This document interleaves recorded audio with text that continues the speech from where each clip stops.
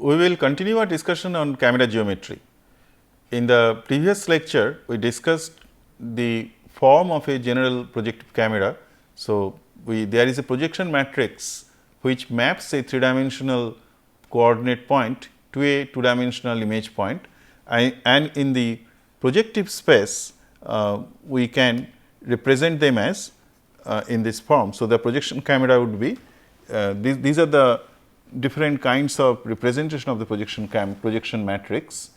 So, we can say that there is a 3-dimensional point x, and if I multiply with the projection matrix, then we will get a 2-dimensional image point, and in the homogeneous coordinate system this is a 3 vector and this one is a 4 vector. And we can see that a projection matrix has different components here. It has the calibration matrix, and then there are different forms of representation of this projection matrix. It can be shown as a combination of different types of matrices. Like in this representation, it is k into this is a rotation matrix which is involved coordinate transformation from world coordinate to the camera centric coordinate. By rotating the coordinate axis, it gets aligned with the camera centric coordinate system, and then the translation of the origin, that is also represented by this parameter, and in fact this is the center of the camera center. This is also shown here. So, these are different kinds of information which is embedded in this particular matrix representation. You should note the feature of a camera calibration matrix. It is an upper triangular matrix, and if I take the determinant of this camera calibration matrix, this should be the product of those two resolution factors alpha x and alpha y. They are expressed in terms of number of pixels for representing the focal lengths. They are involved with the resolutions along x directions and y directions. So, alpha x, alpha y, they are involved. Alpha x is equal to f into mx, where f is the focal length and mx is the number of pixels along horizontal direction, and alpha y equal to f into my, where my is the number of pixels along vertical directions and f is focal length. So, this is what we discussed in the previous lecture. Also, you should note there are different ways notations by which we will refer this projection matrix. Say a projection matrix is a 3 cross 4 matrix. So, M out of them, the first 3 cross 3 submatrix, that left side of submatrix with 3 cross 3 submatrix is denoted by a symbol, say M, and the fourth column vector, that means this is a 3 cross 1 column vector, that is also denoted by P4. So, this representation is M, and this separation just show that this is a submatrix and this is P4. Another representation, if I take M outside, then I can consider this is an identity matrix, which is a kind of canonical form of representation of projection matrix. If you remember, that is the identity part of the submatrix, and this is nothing but the negation of the center. That means, this M inverse P4 gives you the camera center, negation of the camera center. So, this is what we can also as well represent this element as minus C tilde, and M itself can be decomposed into two 3 cross 3 matrix. It has a component calibration matrix, the other component is a rotation matrix. So, these are different ways these projection matrices, the matrix can be represented, and it could be understood all in this form. So, this is what I mentioned, M is the product of K and R, and P4 is the last column of the projection matrix P. Another thing we should note about the inverse of this calibration matrix. This is also interesting to note that this calibration matrix is also an upper triangular matrix, and since the relationship between the image coordinate point and the corresponding camera centric coordinate system is in this form. So, if I apply the k inverse x, that means if I multiply the image coordinate with this inverse of calibration matrix, it will provide you the corresponding coordinate in the canonical form, which means the image coordinate in the canonical form where the focal plane is at the unit distance and its axes are parallel to the axis of the camera centric coordinate system. So, this is the interpretation. So, we will summarize, we will look at some of the properties of the projective camera matrix. So, first thing, as I mentioned, the interpretation of the projection matrix is that if I multiply it with the 3-dimensional coordinate point, you will get the 2-dimensional image point. And the rank of this projection matrix is 3, it is a 3 cross 4 matrix, its size is 3 cross 4, and the number of independent parameters in the projection matrix is 11. So, degree of freedom is 11. So, out of which number of extrinsic parameters, that is 6 that we have discussed, 3 parameters that involve those are involved in forming rotation matrix, that means 3 rotations of axis and 3 parameters for translation of origin, and number of intrinsic parameters, that is 5, as we have already seen. In the calibration matrix, it is an upper triangular matrix and there are 5 independent parameters. And when we express this relationship, when we expand these relationships in terms of coordinates, individual coordinates, we will get actually 2 independent equations. So, we will see how those equations can be written in the next slides. So, since there are 2 independent equations, that means if I give you certain point correspondences, suppose the problem here is that I give you the scene points, say x 1 and also its corresponding image point small x 1. So, if it is given to you, then I can apply these equations, I will get 2 equations. But how many unknowns are there? As I mentioned, in the projection matrix there are 11 unknowns. So, I should get at least 11 equations to solve for all the unknowns, but since one point correspondence gives me 2 equations. So, I require at least 6 such point correspondences. I require at least 6 such point correspondences to form equations, and from there I can estimate the projection matrix. So, this is one technique by which we can find out the projection matrix, because we can always through experimentation we can label some of the coordinate points in the world coordinate system, some of the points, and we can identify their image points in the images, and that establishes those point correspondences. Then by knowing their coordinates we can form these equations, and then we can derive these elements of this projection matrix. So, this is how these equations are written, as I mentioned in the previous slide. So, you note here that a point in the image coordinate is given in a very general form as xi, yi, wi transpose, because it is denoting a column vector. You note here that now we have used a scale factor wi here.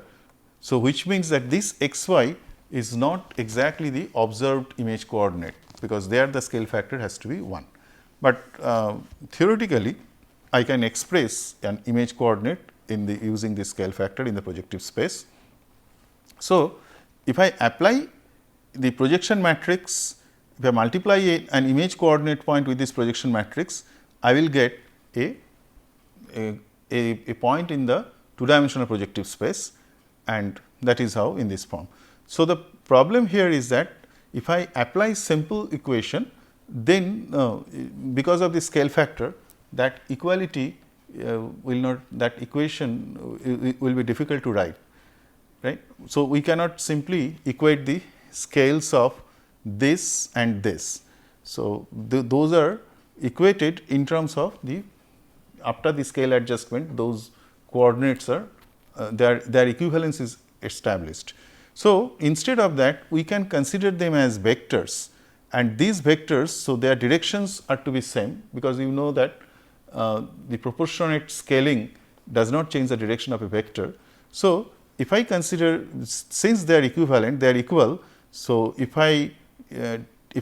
so in that case the interpretation is that those vectors, they are parallel vectors, they should have same directions. So, if I take the cross product of these two vectors and then form the equation, because we know the cross product of two parallel vector is a 0 vector.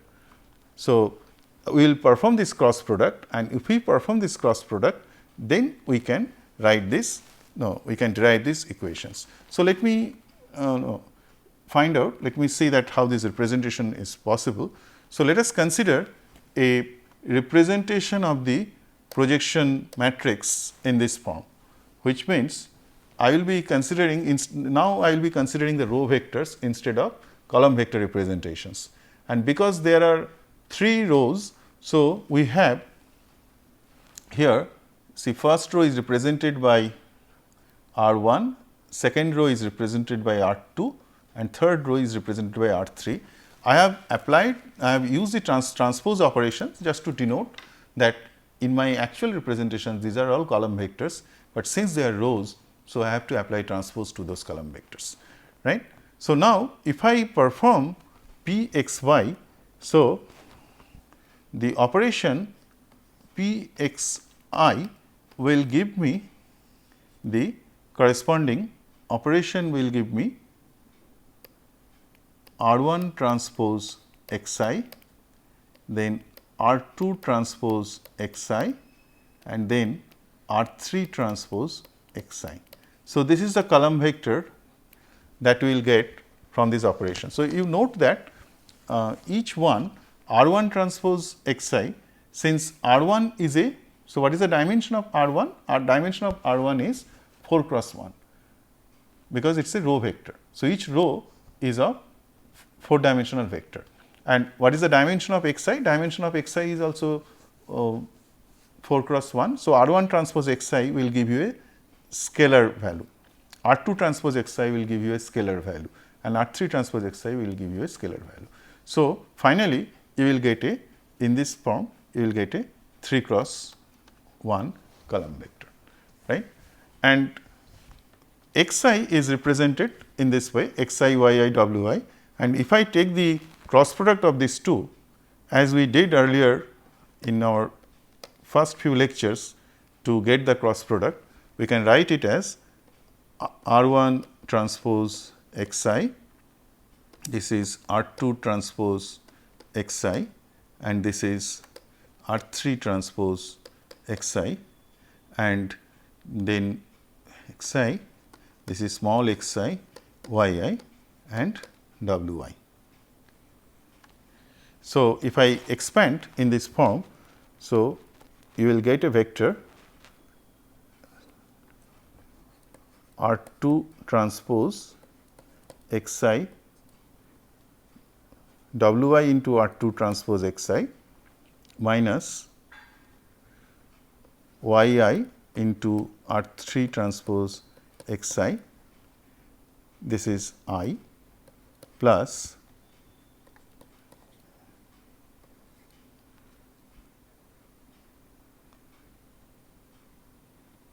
let me write from this form. So, xi into R3 transpose xi minus wi into R1 transpose xi, that is j, plus, so from suppressing this part, so we will be getting yi R1 transpose xi minus xi R2 transpose capital Xi k. So, you will get this vector, if I write this vector, you will get these vectors as W1 R2 transpose Xi minus Yi R3 transpose Xi. So, I have to use the Raver notation. This is not giving me the space.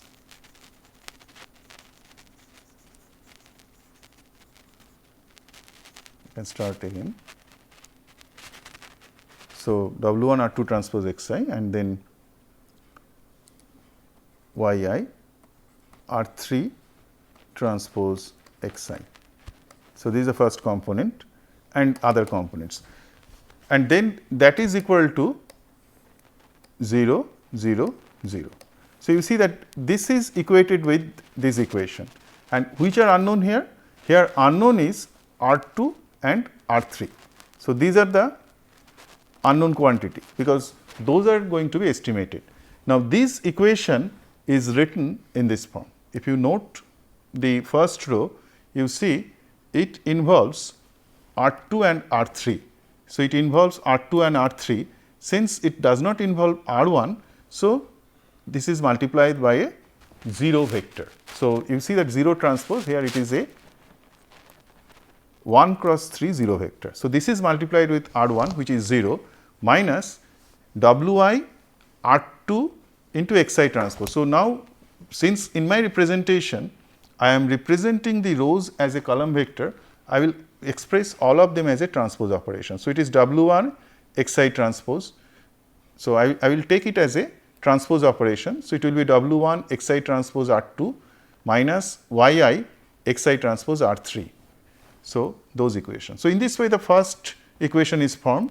Similarly, the second equation and third equation can be formed. I have just shown only one equation just for the sake of your understanding. So, you can do it on your own and you can check how these equations are formed. So, now you see that there are actually 3 equations what you get, but out of them there are 2 equations which are independent, one is redundant. How it is so? So, let me show you. So, if I multiply the first equation with Xi and then add it with and also multiply the second equation with Yi. So, you multiply the first equation, this equation with Xi, that is what is told here, and this equation with Yi, and then if you add them, you will get the third equation again, which is multiplied by Wi. You can check that thing. So, which means this equation can be derived from these 2 equations. So, which means that there are only 2 independent equations, other equation can be derived. So, that is why in the previous case I mentioned that there are 2 independent equations that would be formed by using one single point correspondences specification. So, in this way you require 6 such point correspondences and you can form 12 equations, independent equations, and use it to derive estimate these parameters of the projection matrix. So, let me continue this operation further. So, this is the summary. Finally, as you can see, I have eliminated the third row just to show that there are only 2 equations which are formed by using a single point correspondence. So, if I have n such points, n point correspondences, each one will give me 2 equations. So, I will get 2n such rows for n point correspondences, and what is the dimension? If I note the dimension, see each one is a 1 cross 3. So, each one is a 1 cross 3 submatrix. Each one is 1 cross 4 submatrix,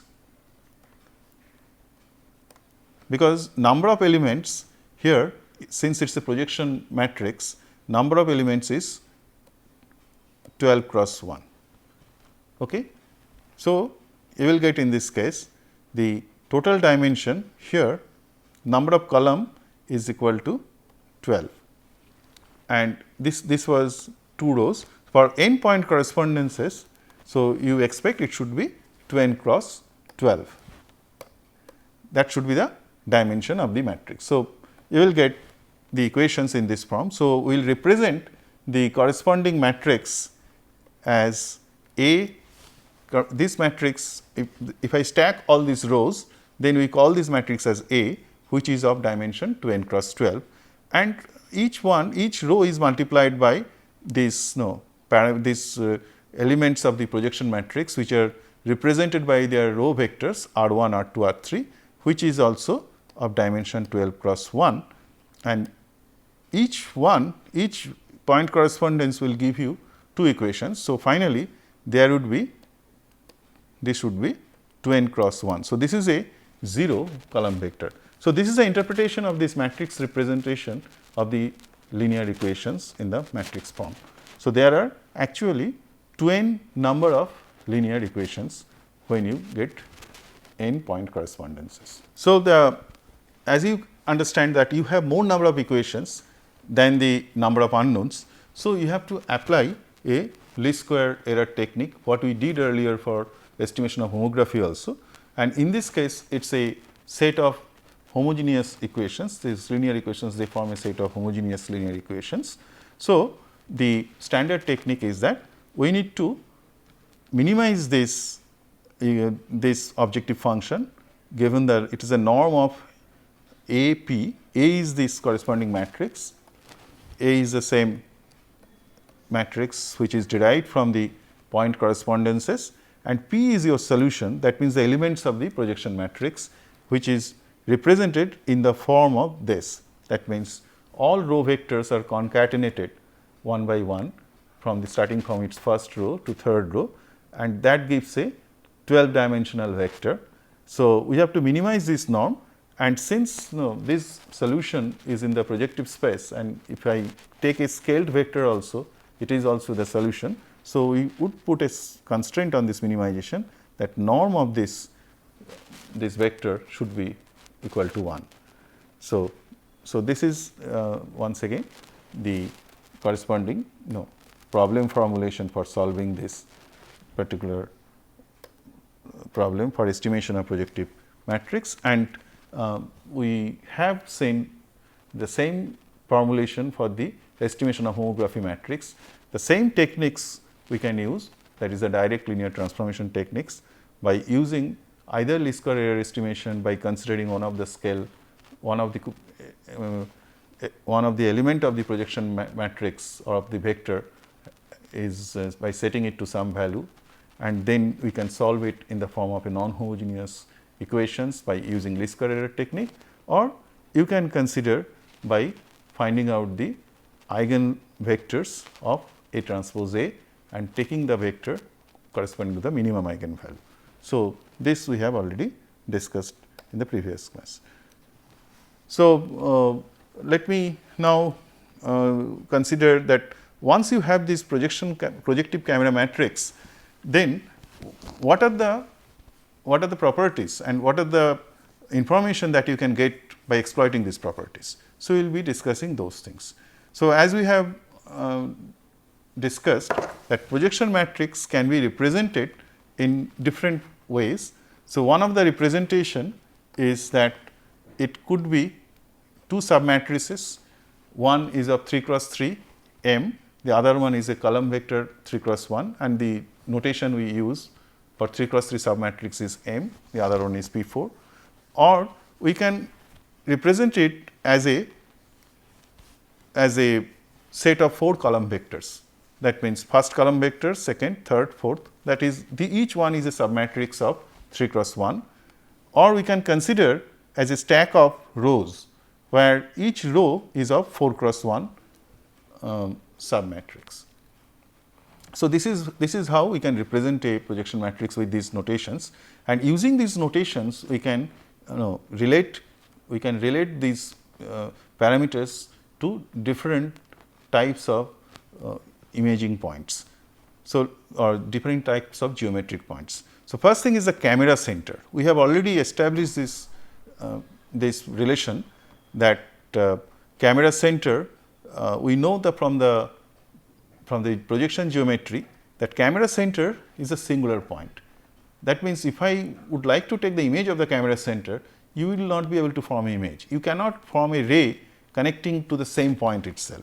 So, which means that if I multiply the camera center with the projection matrix, I will get a singularity which is a 0 vector. So, that is the interpretation that P c should be equal to 0, and for finite camera m is non-singular, and for camera at infinity you will find m is singular. So, that means when camera is at infinity, we will again understand these interpretations. So, where you can see that the camera center is a point at infinity, means its scale factor should be equal to 0. Now, if I consider this representation P c equals 0, I can derive the camera center very easily. So, using the submatrix manipulation, say I will represent the projection matrix in this form M P 4 and the center as C tilde 1, where C tilde is the camera center in the world coordinate system, and as I mentioned, that should be equal to 0. Now, this if I perform the submatrix operation, multiplication operations, this is equal to M C tilde plus P 4, that is equals 0, and which means that C tilde is minus M inverse P 4. So, if I get the projection matrix elements, I can easily estimate the camera center by exploiting this relation. Whereas, for computing the center when M is singular, then we have to use only M to find the 0 of that 0 vector of that M, and to in the similar form, and we can compute its center. We will again discuss this, elaborate this computation later. There are also interesting relationships with its column vectors. So, you have the column vector say P 1, P 2, P 3, and they are vanishing points of x, y and z axis, whereas P 4 is the image of the coordinate origin. So, what is a vanishing point? Now, we discussed earlier also vanishing point. Suppose I consider a particular direction. Suppose I consider a particular direction or a particular ray. So, the point which is at infinity, that would be projected, that would be also projected in the image plane. Now, it can be shown that for all the points lying in this straight line, they will be converging to that point, and that is called vanishing point for that direction.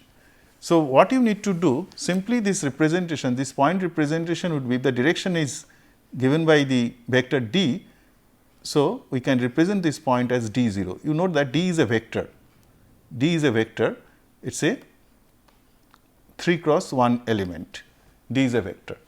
So, d is a 3 cross 1 element and this 0. Okay. So, if I multiply with respect to this projection if I multiply this vector with projection matrix, we will get the corresponding vanishing point of that direction. So, if I have the x axis, the direction of x axis is given as 1 0 0, and if I multiply p with this vector, what you will get? You will get p 1, you will get only p 1. So, p 1 is the vanishing point of the x axis. Similarly, p 2 is the vanishing point of y axis and p 3 is the vanishing point of z axis. So, this can be summarized very easily. So, this is what I just described. So, p 1, if I multiply this with this, you will get p 1, and similarly p 2, p 3. And the other thing is that you note, if I consider this point 0 0 0 1, and if I multiply it with the projection matrix, I will get p 4, which is the column vector. So, what is the interpretation here? What is this point?